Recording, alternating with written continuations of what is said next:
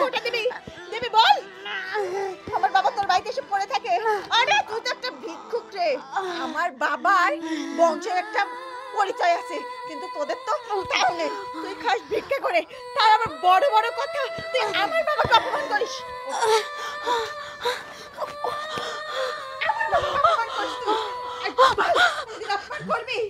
আমি তোমাদের এই বাড়িতে থাকতে পারবো কিন্তু আমার একটা শর্ত আছে কি শর্ত বলো তোমার মা যদি রান্নাঘরে থাকতে পারে তাহলে আমি থাকবো তাছাড়া থাকবো না আরে আমি তো তোকে এই বাড়িতেই রাখবো না তোকে আমি এই বাড়ি থেকে বের করে দিব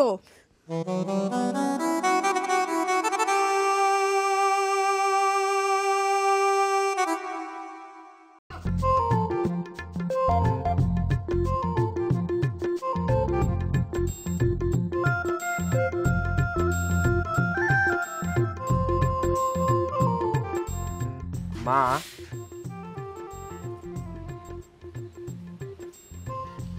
সোহেল এটি বুঝি আমার বৌমা হ্যাঁ মা এটাই তোমার বৌমা তুই যে গল্প করেছিল এ সে না হ্যাঁ মা এটা সেই মেয়ে মাশাল্লাহ মাশাল্লাহ চাঁদের মতো সুন্দর দেখা যাচ্ছে তুই যে কইছিল সত্যি কথাই তো কইছিল ঠিক চাঁদের মতো দেখতে এই ছাড়েন তো সোহেল এটা তোমার মা আর এই তোমাদের বাড়ি সি ওইখানে মুরগি কি নোংরা এখানে আমার ছাগল গরু কোন বাড়িতে নিয়ে আসলে তুমি আমাকে হ্যাঁ আর তোমার মা কি শাড়ি পরে আছে আবার তো বমি পাচ্ছে আমাকে সারাটা জীবন এই বাড়িতে থাকতে হবে আমি পারবো না সোহেল তোমার মায়ের মতো একটা গাইয়া মানুষের সঙ্গে আমি এই বাড়িতে থাকতে পারবো না আকি তুমি বাড়িতে আসতে না আসতেই এ কি ব্যবহার শুরু করলা সোহেল তুমি আর একটা কথা বলবে না তোমার রুম কোনটা আমাকে তোমার রুমে নিয়ে চলো চলো চলো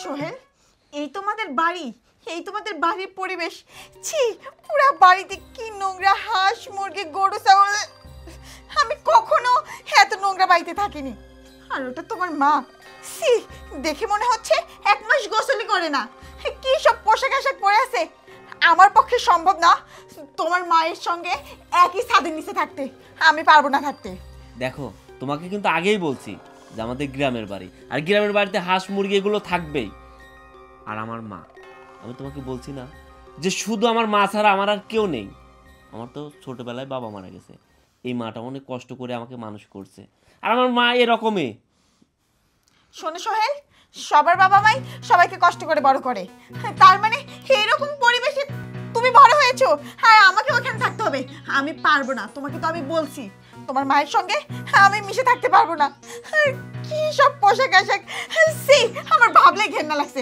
আমি থাকতে পারবো না পারবো না পারবো না সেটা তোমার ব্যাপার আমার মা আমার স্বর্গ আমার মাকে ছাড়া আমি থাকতে পারবো না আর বাকিটা তোমার ব্যাপার তুমি থাকবা কি চলে যাবা সেটা তোমার ইচ্ছে আচ্ছা সোহেল শোনো আমি তোমাদের এই বাড়িতে থাকতে পারবো কিন্তু আমার একটা শর্ত আছে কি শর্ত বলো এই যে তোমাদের তো এখানে এই দুইটা রুম তাই না তোমাদের এই রুম বাদে তোমার মা যদি রান্নাঘরে থাকতে পারে তাহলে আমি থাকবো তাছাড়া থাকবো না এটা তুমি কি বলছো আমার মাকে আমি রান্নাঘরে রাখবো আমাদের তো দুইটা রুম একটা রুমে আমি আর তুমি থাকবো পাশের রুমটায় আম্মাকে রাখবো কি বলছো হ্যাঁ এক রুমে কি সবকিছু করা যায় আর আমাদের বাড়িতে কত বড় বড় রুম সেটা তুমি দেখোনি আমার তো একা 2-3 রুম লাগে এক রুমে আমি থাকবো আর এক রুমে আমার সব আসবাবপত্র থাকবে আর আমার বাড়ি থেকে যদি কখনো কেউ আসে আমার বন্ধু বান্ধব যদি আসে কোথায় থাকবে তোমার মাকে যদি তুমি রান্না করে রাখতে পারো তাহলে আমি তোমার সঙ্গে সংসার করবো এই বাড়িতে থাকবো তাছাড়া আমি যে পথ দিয়ে এসেছি সেই পথ দিয়ে চলে যাব আচ্ছা আমার মাকে যদি রান্নাঘরে রাখি তাহলে তুমি খুশি তো হ্যাঁ খুশি আচ্ছা আমার মাকে রান্নাঘরেই রাখবো তাও তো তুমি একটু খুশি হও একটু হাসি দাও আচ্ছা ঠিক আছে আমি ফ্রেশ হব ওয়াশরুম কোথায় এদিকে যাও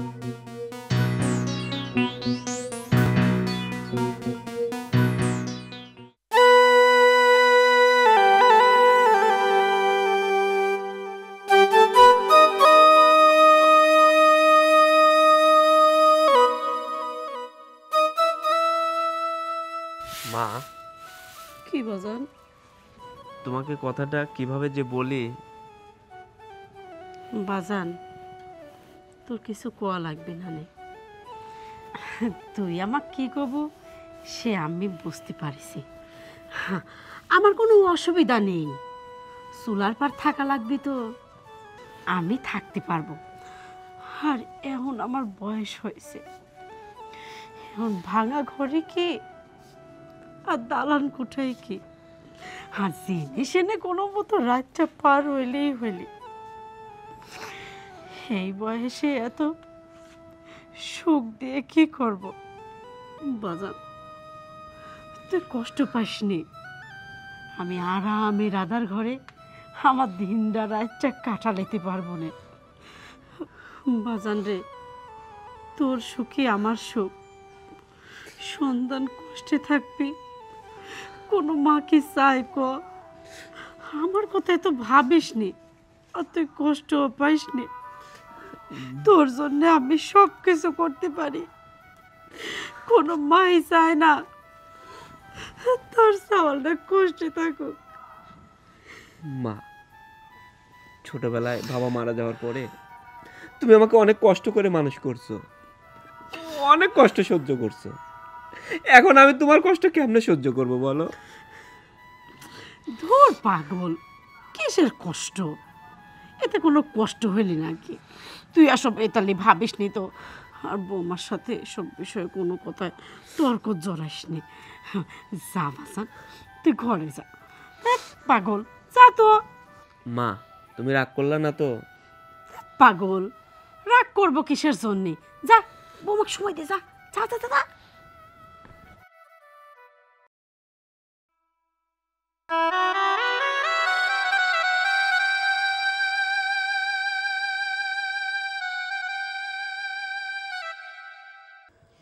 সোহেল, তুমি এত রাতে যাবা? আমার ভালো লাগছে না। আরে, আমার তো যাওয়ার কথা ছিল পরশু দিন, কিন্তু আজকে অটোমেটিক ফোন দিল আমার নাকি ভোর 4টায় ফ্লাইট। শুধু আমি একা না, আরো কয়েকজন আছে। আমরা তো কয়েকজন মিলে একটা গাড়ি রিজার্ভ করছি। সমস্যা নাই, আমরা সবাই একসঙ্গে যাব, আমাদের কোনো সমস্যা নাই। গাড়ি তো রিজার্ভ করেই ফেলছি। দেখো আকে, আমি তো চলেই যাচ্ছি, আমার মাটাকে একটু দেখে রাখো। আর এখন তো আমি চলে যাচ্ছি, তাহলে মাকে আর রান্নাঘরে রেখো না। পাশের রুম তো ফাঁকাই থাকে, পাশের রুমে মাকে রেখো। সোহেল, তুমি কোনো চিন্তা করো না। আমি আম্মার উপরে না জেনে না বুঝে অনেক অন্যায় করেছি। আম্মা, আপনি আমাকে ক্ষমা করে দেবেন। সোহেল, তুমি নিশ্চিন্তে যাও। আম্মা এখন থেকে আমার পাশের রুমেই থাকবে। তোমার কথাটা শুনে আমার না মনের উপর থেকে মনে হচ্ছে বড় একটা পাথর নেমে গেল। আমি এখন প্রবাসে যে নিশ্চিন্তে কাজ করতে পারবো। বাজান, আমার জন্য যদি এত চিন্তা করিস, তুই প্রবাসে গিয়ে কাম করবো কেমবা করি? এত চিন্তা বাদ দিয়ে, বৌমা তো আছে আমাকে দেখবিনি, কিন্তু তুই যে প্রবাসে যাচ্ছিস তোর তো দেখার মতো কেউ নেই। ব্যাটারে নিজের একটু যত্ন নিয়ে ঠিক মতো খাওয়া দাওয়া করে। মা, আমি নিজের যত্ন নেব, ঠিক মতো খাওয়া দাওয়া করবো। আমি পৌঁছায় তোমাকে ফোন দেবো, তুমি শুধু আমার জন্য একটু দোয়া করো। মা, আমার টাইম হয়ে যাচ্ছে, আমি গেলাম। যাও বাচ্চা, যাও।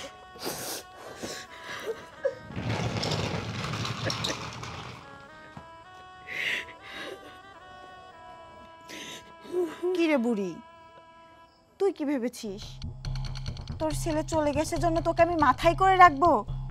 না, তোকে তো এখন থেকে আমি একটা চারেনা পয়সাও দেব না। তুই এখন থেকে ভিক্ষা করে খাবি। আর কি বললাম, তোর ছেলের সামনে তোকে আমার পাশের রুমে রাখবো, তাই না? আরে, আমি তো তোকে এই বাড়িতেই রাখবো না, তোকে আমি এই বাড়ি থেকে বের করে দিব। বৌমা, কেবল তুমি এই মোহে অত ভালো ভালো কথা কইলে, আবার এই মোহে এত খারাপ কথা কইছাও। ও বৌমা, তোমার কি হয়েছে? তুমি আমার কও, আমি তো। একদম চুপ করে থাক। আমি তো এতদিন তোর সঙ্গে ভালো ব্যবহার করেছি শুধুমাত্র এই দিনটার জন্য। কবে তোর ছেলে প্রবাসে যাবে আর আমি কবে আমার স্বপ্ন পূরণ করব। আমার স্বপ্ন পূরণের সময় চলে আসছে। এখন থেকে তুই আমার আসল রূপ দেখতে পাবি। যা, এই মুহূর্তে এখান থেকে চলে যা, যা। বৌমা, আমি কোনে যাব ক? এটি তো আমার স্বামীর ভিটা। আমি আমার স্বামীর ভিটা ছেড়ে কোনো জায়গায় যাব না। আরে এটা তো এতদিন ছিল তোর স্বামীর ভিটা, এখন এটা আমার স্বামীর ভিটা। তা আমার স্বামীর ভিটা আমি কাকে রাখবো না রাখবো সেটা আমার ব্যক্তিগত বিষয়। আরেকটা কথা, তোকে আমি 1 টাকাও আর দেব না। এখন থেকে তুই ভিক্ষা করে নিজের খরচ নিজে চালাবি। এই যে প্রতি মাসে মাসে তোর এত এত ওষুধ লাগে, এত ওষুধের টাকা কে দেবে? তোর ছেলে প্রবাস থেকে যা টাকা পাঠাবে সব কিছু দিয়ে যদি তোর ওষুধ কিনে দেই, তাহলে আমি আমার শখ আহ্লাদ পূরণ করবো কি দিয়ে?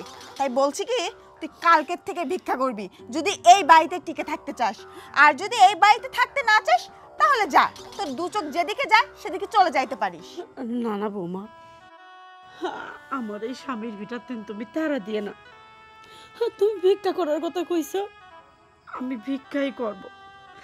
টাকা পয়সা তোমাকে দিতে কইছ, আমি তোমাকে দেব। তাও তোমার পায়ে পড়ি, আমাকে তারা দিয়ে না।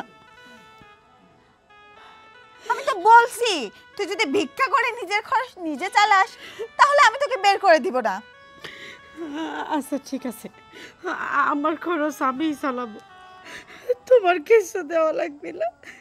আচ্ছা শোন, এখন তো রাত, এখন তো আর কোথাও যেতে পারবি না। কাল সকালবেলা থেকেই ভিক্ষার জন্য বেরিয়ে পড়বি। যা, এখন গিয়ে ওই রান্নাঘরেই ঘুমাবি, যা। আজকের থেকে তো আমার খেলা শুরু। আমি এই দিনটার জন্য অনেক দিন যাবত অপেক্ষা করেছি। আজকে আমার সেই অপেক্ষার প্রহর শেষ হলো। এখন থেকে বুড়ি তুই আমার আসল রূপ দেখতে পাবি।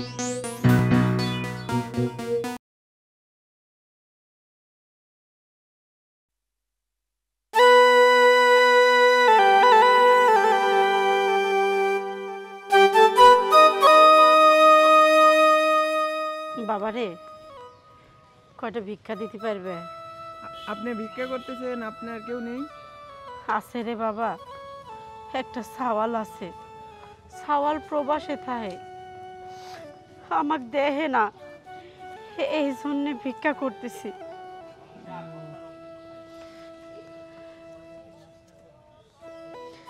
আল্লাহ তোমার ভালো করো।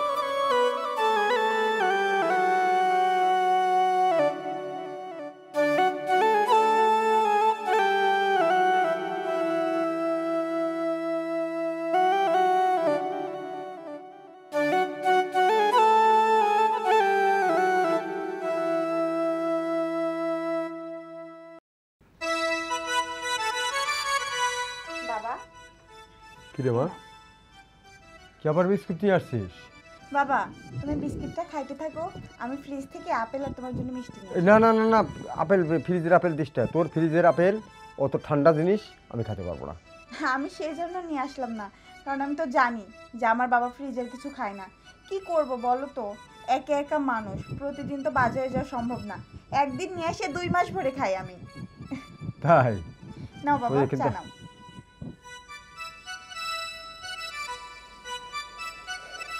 বিস্কিট নাও বাবা।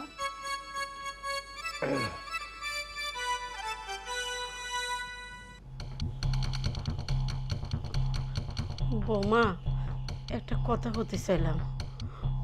কি কথা? করছিলাম কি, আজকে ভিক্ষা করতে না পারলে হয় না? ওই ভিক্ষা করতে যাবি না কিসের জন্য?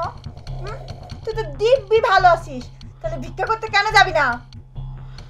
বৌমা, শরীরটা না চলতেছে না, তুই ভাবলাম আজকে না যাই, একটু শুয়ে থাকি আমি। ঠিক আছে, তাহলে আজকে খাওয়ারও দরকার নাই। যখন ভিক্ষা করে আনবি তখন খাবি, না খাইলেও তো শরীর ঠিক থাকবে, তাই না বাবা? অসুস্থ মানুষ তো সারাদিন তো শুয়ে বসেই যাবে, তাহলে খাওয়ার কি দরকার? যা তুই রুমে গিয়ে বিশ্রাম কর, যা। তো সারাদিন মন চায় তুই ঘুম পায়।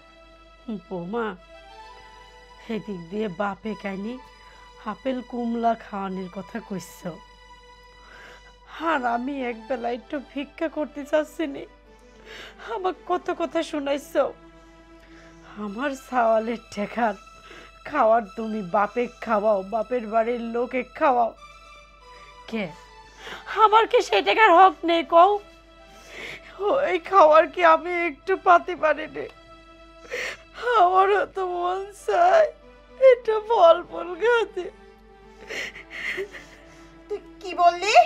হ্যাঁ, তুই আমার বাবার সঙ্গে তোর তুলনা করিস? দাঁড়া, তোকে আজকে একদম মজা দেখাবো। হ্যাঁ? তোর এত বড় সাহস, তুই আমার বাবার সঙ্গে তোর তুলনা করিস আর খাওয়ার খোটা দিলি? হ্যাঁ, আমার বাবা কি তোরটা খায় যে তোর এত লাগে?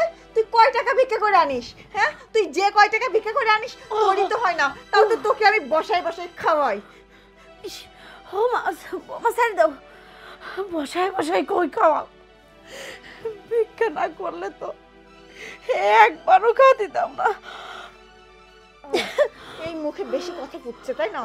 এই মুখটা একদম চিরজীবনের জন্য বন্ধ করে দেব যদি আমার বিষয়ে, আমার বাবার বিষয়ে কোনো কথা বলিস। আমার পরিবার নিয়ে তুই কেন কথা বলিস? এই তোর মতো কি ফকিন্নি যে আমার পরিবার? হ্যাঁ, আমার বাবা কি তোর মতো ফকিন্নি? আমার বাবা কি ভিক্ষা করে খায়? তুই আমার বাবার সঙ্গে তোর তুলনা করিস? আখি, মা আজকের মতো ছেড়ে দে, আজকের মতো ছেড়ে দে। শোনেন, নিজের কামাই নিজে করে খাওয়া শিখতে হয়। আপনি তো খারাপ কিছু বলেনি। হ্যাঁ, ভিক্ষে করা কি খুব কষ্টের কাজ নাকি? বাড়ি বাড়ি যাবেন, হাত পাতবেন, থালা পাতবেন, ঝোলা পাতবেন, চাউল দিবেন, টাকা দিবেন, চলে আসবেন। হ্যাঁ, ঠিকই কইছেন, আপনিই ঠিক কইছেন। ভিক্ষা করা কোনো কষ্টের কাজ না। আমি চাই, ভিক্ষা করতে চাই। এই বুড়ি শোন, এক্ষুনি ভিক্ষা করতে যাবি আর আজকে আমার বাবার জন্য তুই বেঁচে গেলি। তাছাড়াও তোকে আমি এখানে পুঁতে ফেলতাম। যা, আর এক মুহূর্ত দেরি করবি না, ভিক্ষা করতে যা। আচ্ছা মা, আজকের মতো মাফ করে দে। জানতো ওরেন ফকিন্নিরা যে এরকমের ঠেটা হয় এটাও আমার জানা ছিল না। বাবা, তুমি আটকালে কিসের জন্য? ওকে আমার আর সহ্য হয় না। মাঝে মাঝে মনে হয় একবার ওকে শেষ করে ফেলি। আমার সাথে খাবার তুলনা করে দেখেছিস? বাবা, হ্যাঁ? তুমি খাও তো। হ্যাঁ, খাচ্ছি। হ্যাঁ, বাপরে খাওয়ার লোক। বাবা তুই খা, খা একটা খা। এইসব মানুষদের কোনোদিন আশ করা যেতে নাই। এই যে তুই ধরেছিস বাঘের মতো, আরে আমি যে তোকে থামানোর জন্য বললাম, এটা তো আমার কর্তব্য, এটা করতে হবে। আমি তো বাড়ির মানুষ, কিন্তু তুই ছাড়িয়ে দিবি না কিন্তু কোনো সময়।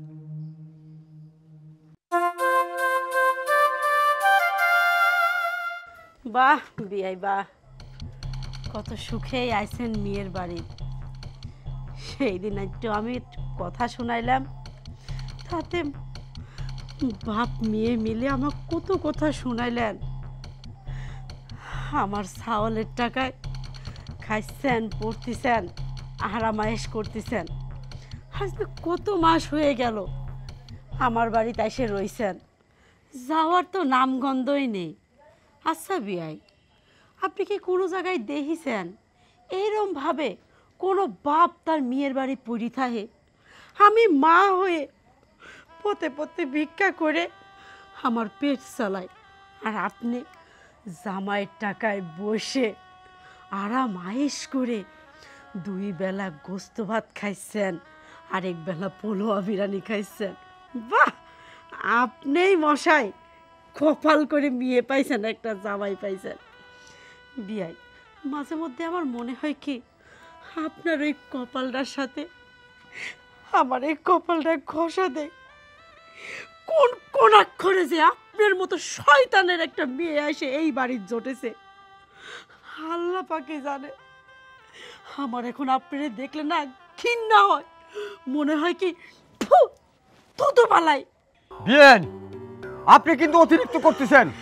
আপনি আমাকে কিন্তু ঠেক মারতেছেন। নিজের কথাটা একবার ভাবেন। আপনি তো রাস্তাতে ভিক্ষা করেন, ভিক্ষুকের মুখে এগুলি সাজে না। ভিক্ষা করে ঠিকই কইছেন, সেটা কার জন্যে? আপনার মতো একটা নোংরা মানুষের পরিকল্পনায় আমি ভিক্ষা করি, তাহলে আমি কে ভিক্ষা করবো? আমার সামালটা এই প্রবাসে কত টাকা পাঠায়, কত ভালো মন্দ খাওয়া দাওয়া হয়, এক মুঠো আমার কপালে জোটে না। আপনারা বাপ বেটি মিলে ওইটা ভোগ করেন, এই জন্যে তো আমার পথে পথে ভিক্ষা করা লাগে। শোনেন, সেদিন একবার আমার মেয়ের হাতের থেকে আপনাকে আমি কয়া বাঁচাইছি, এই জন্যই তো প্রবাদ বাড়াইছে, দো পায়েকে উপকার করতে নাই। হ্যাঁ, আমি আমি কি বলবো আপনাকে, আপনি অতিরিক্ত করছেন। বাবা কি হয়েছে? শোন, তোর শাশুড়ি কি কয়, আমি নাকি তোর বাড়িতে বসে বসে খাই, বাড়ির ভাত পাই না, এখানে পড়ে থাকি, এখানে ভালো মন্দ খাবে রাইছি, ওই এক তোরা খাবে দিস না, যত খাবার আমার খাওয়াইস, আমার যত টাকা আমার আমার নাক তোর ভিতরে ঢুকেই এইসব কথা আমার করছে। এই, তোর সাহস তো কম নয়, তুই আমার বাবাকে একা পেয়ে যা তা নাই বলতেছিস। এই তুই কি ভুলে যাচ্ছিস সেদিন আমার বাবার জন্য তুই আমার হাত থেকে বেঁচে গেলি? না হলে সেদিনই তো তোকে আমি একবারে পুঁতে ফেলতাম। বাবা ও তোমাকে অনেক কথা শোনাচ্ছে তাই না? অনেক। এর ঝালা তো তোকে দিতেই হবে। আমার বাবাকে আমার বাবা কথা দিয়েছে, আমার বাবা তোর বাবা এসে পড়ে থাকে। এই আমার বাবাকে তোর মতো ফকির নিয়ে, হ্যাঁ আমার বাবা তোর মতো ফকির নিয়ে যা তুই আমার বাবাকে তুলে কথা বলিস, তোকে দেখাবো। আর বল কখন আমার বাবাকে কোটা দিবি দিবি বল? আমার বাবা তোর বাড়িতে এসে পড়ে থাকে। আরে তুই তো একটা ভিক্ষুক রে, আমার বাবার বংশের একটা পরিচয় আছে, কিন্তু তোদের তো তাও নেই। তুই খাস ভিক্ষা করে, তার আবার বড় বড় কথা, তুই আমার বাবাকে অপমান করিস। আমার বাবাকে অপমান করিস তুই? একদম তুই অপমান করবি? আমার বাবাকে তুই কোথা দিস, দেখ এবার কেমন লাগে। তোকে বেশি ভালো লাগছে তাই না? এটা তোর সহ্য হচ্ছে না। আজকের পর থেকে তোকে এমন অত্যাচার করবো যেন তুই উঠে দাঁড়ানোর ক্ষমতা না রাখতে পারিস। পাছার বলছি, পাছার, নাহলে কিন্তু তোকে একবার শেষ করে ফেলবো।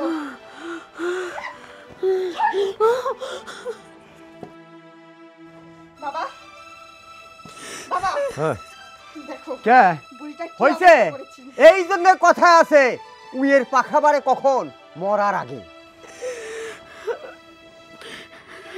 শোন বুড়ি, আমার বাবা তুলে যদি কখনো আর কথা বলিস না, আজকে তো মাটিতে শোয়াইছি, পরবর্তী সময় একবারে মাটির সঙ্গে মিশিয়ে দেব, কথাটা তুই মনে রাখিস। সাহস কত বড়!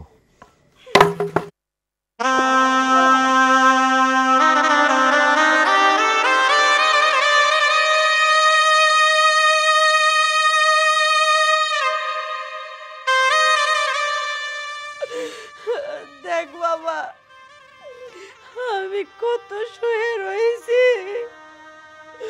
তুই এই বক্ষ হয়ে গেছিল না? ও বউ, আমি চলে যাচ্ছি, আমার মা ডাক তুমি পাশের ঘরে নাই, আমার মা ডাক যত্ন করো। এ বাবা না, আমার পাশের ঘরে রাহে, আরে দেখ তুই এসে দেখ, এটা নিয়ে আমাকে যত্ন করে।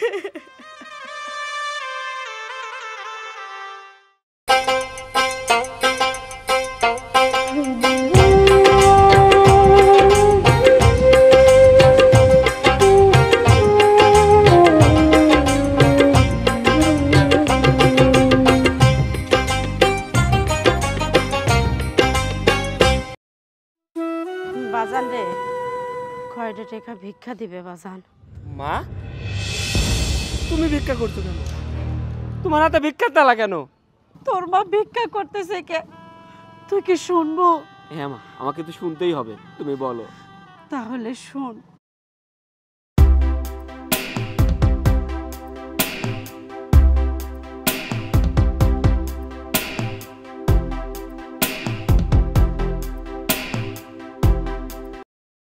মা, আমি সব বুঝতে পারছি, তুমি আমার সঙ্গে বাড়িতে চলো।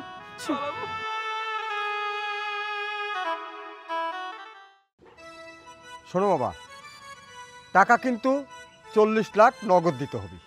না আমি তো বললাম তো 30 লাখ দিচ্ছি আর 10 লাখ টাকা পরে দেবো না আমি। না, ওটা হবে না, যা কিছু দিবে সব নগদ।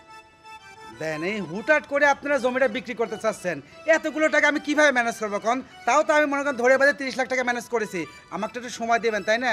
10 লাখ টাকা তো চালি পাই কার কাছে পাবো না। দেখুন, আপনার মতো অনেকেই এই জমি নেওয়ার জন্য হা করে আছে, শুধু আমরা দিচ্ছি না, আপনি পরিচিত সেজন্য আপনাকেই দিতে যাচ্ছি। আর আপনি কিভাবে 10 লাখ টাকা বাকি রাখতে চান? এই যে পুকুরটার দামই তো 20 লক্ষ টাকা, আর আপনি কিভাবে, তাও তো আপনাকে 40 লক্ষ টাকাতে পুরো বাড়ি পুকুর সব দিতে যাচ্ছি, আমরা বাকি দিব না। যদি আপনার জমি নিতে হয় তাহলে আপনাকে পুরোপুরি টাকা দিয়ে তারপরে নিতে হবে, তাই না বাবা? হ্যাঁ হ্যাঁ হ্যাঁ আচ্ছা ঠিক আছে, আমি পুরো টাকা দেবো না। এবার খুশি তো? হ্যাঁ 40 লাখ দিলেই আমরা রাজি। বাহ, খুব সুন্দর। একজনের জমি আর একজন বিক্রয় করে। মুর্তজা ভাই, আপনাকে তো আমি খুব ভালো মানুষ মনে করছিলাম, কিন্তু আপনি এতটা বোকা সেটা তো জানতাম না। জমি আমার আর বিক্রয় করতেছে আরেকজন, আর আপনি কিনতেছেন। ভাই ভাই সোহেল, তুমি হয়তো ভুল করতেছাও। তোমার বই তো আমাকে বললো যে তুমি নাকি বিপদে পড়েছাও, প্রবাসে নাকি তোমার কি একটা সমস্যা হয়েছে, তোমার জমি নাকি ইমার্জেন্সি বিক্রি করা লাগবে, এই কথা তো তোমার বউ আমাকে বললো। আচ্ছা ভাই, যেটা বলছে, এখন তো দেখতেছেন আমি সুস্থ আছি এবং দেশে চলে আসছি। কোনো কিছু বলার আগে আমি চাচ্ছি যে আপনি চলে যান। এই ভাবে এই আপনি এরকম সিটার, হ্যাঁ?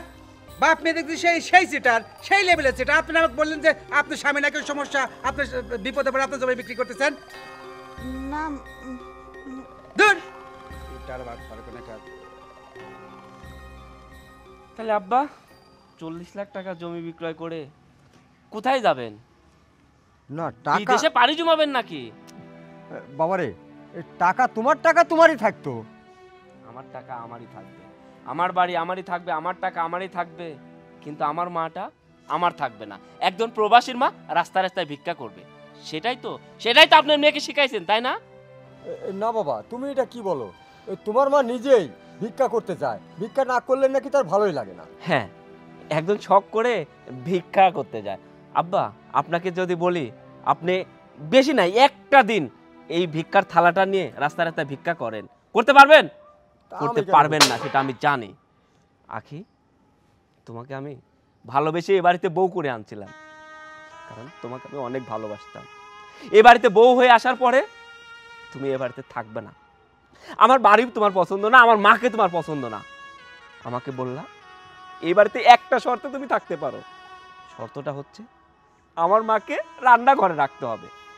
তোমাকে খুশি করার জন্য আমার মাটাকে আমি রান্নাঘরে রাখলাম, তবুও যেন পরিবারের শান্তি থাকে, তবুও যেন পরিবারটা শান্তি থাকে, তোমরা মিলেমিশে থাকতে পারো। কিন্তু তুমি এটা কি করলা? তুমি আমার মাকে রাস্তায় রাস্তায় ভিক্ষা করালা, আমার মাকে এক মুঠো খাবার দিলা না। কিন্তু কেন? শুধু তাই নয়, এ বাড়িতে আসার পরে তোমার চাহিদা দিন দিন বেড়েই গেল। তোমার চাহিদা মেটানোর জন্য আমি গেলাম দূরপ্রবাসে। আমি দূরপ্রবাসে যে এত কষ্ট করে টাকা উপার্জন করছি তোমাকে ভালো রাখার জন্য, তুমি যখন যা চাইছো আমি সেটা দেওয়ার চেষ্টা করছি। কোনোদিনও জানতে চাওনি আমি কেমন আছি, আমার শরীর কেমন আছে। প্রবাসীরাও যে মানুষ সেটা তোমরা ভুলেই গেছো। যখনই ফোন করছো শুধু টাকা টাকা আর টাকা। প্রত্যেক মাসে তোমাদের বায়না বেড়েই যাইতো। এ মাসে যদি 1 লাখ টাকা দিতাম, পরের মাসে 1,10,000 টাকা লাগবে, পরের মাসে 1,20,000 টাকা লাগবে, পরের মাসে 1.5 লক্ষ টাকা লাগবে। তা না হলে তোমার চাহিদা মিটতেছে না। তোমার চাহিদা মেটানোর জন্য আমি দিনের পর দিন, রাতের পর রাত কষ্ট করলাম, টাকা উপার্জন করলাম, তোমার সমস্ত চাহিদা পূরণ করলাম। আমার কি কোনো চাহিদা ছিল তোমার প্রতি? তোমার প্রতি একটাই শুধু চাহিদা ছিল আমার মাটাকে তুমি ভালো রাখবা, আমার মাটাকে তুমি দেখে রাখবা। কিন্তু সেই তুমি কি করলা? সেই তুমি আমার মাকে রাস্তায় রাস্তায় ভিক্ষা করতে বাধ্য করলা, একদম প্রবাসীর মাকে রাস্তার ভিক্ষুক বানিয়ে দিলা। কিন্তু কেন? আমার একটাই অপরাধ, আমি তোমাকে অন্তর দিয়ে ভালোবাসছিলাম। এটাই কি আমার অপরাধ? হ্যাঁ, এটাই যদি আমার অপরাধ হয়ে থাকে তাহলে এই অপরাধের প্রায়শ্চিত্ত আমি করতে চাই। আমি তোমার সঙ্গে সংসার করব না, আমি তোমাকে ডিভোর্স দিব। হ্যাঁ, তুমি চিন্তা করো না, কাবিননামার যে টাকাটা সেটা তুমি সময় মতো পেয়ে যাবে। আব্বা, আপনার মেয়েকে নিয়ে এই মুহূর্তে আমার চোখের সামনে থেকে চলে যান, আর ফারদার কখনো আপনাদের এই কুৎসিত চেহারা যেন আমি না দেখি। সোহেল, তুমি এটা কি বলছো? তুমি আমার সাথে কেন সংসার করবে না? তুমি না আমাকে ভালোবেসে বিয়ে করছিলা, আর আমি না হয় একটু ভুল করে ফেলছি, তাই জন্য শাস্তি হিসেবে তুমি আমার সঙ্গে ডিভোর্স করবে? না না সোহেল, এই ভুলটা তুমি করো না, তুমি আমাকে ক্ষমা করে দাও। তুই কি বলছিস? তুই সামান্য ভুল করছিস। এটা সামান্য ভুল না, এটা জঘন্যতম অপরাধ। একজন মানুষের সকল চাহিদা যদি আমি মিটাইতে পারি, তাহলে আমার একটু চাহিদা তুই মিটাতে পারবি না কেন? আমি তোকে বিশ্বাস করি না, তাই তোর সঙ্গে আমি সংসার করব না। আমি তো বলছি তোকে আমি ডিভোর্স দিয়ে দেবো। ডিভোর্স লিটারও সময় মতো পেয়ে যাবি, কাবিন নামার টাকাও সময় মতো পেয়ে যাবি। তোদের মতো মেয়েদের তো শুধু টাকা টাকা দরকার, টাকা দিয়ে আমি তোকে ভরিয়ে দেবো। যা আমার সামনে থেকে দূর হ। বাবা সোহেল, চুপ! আরে একটা কথা বলবেন না। আপনাদের বলছি না এখান থেকে চলে যেতে, যান, নাহলে কিন্তু ঘাড় ধাক্কা দিয়ে এখান থেকে বের করে দিব। মা, আমার জন্য তুমি অনেক কষ্ট সহ্য করছো, আর কোনো কষ্ট সহ্য করতে হবে না। চলো।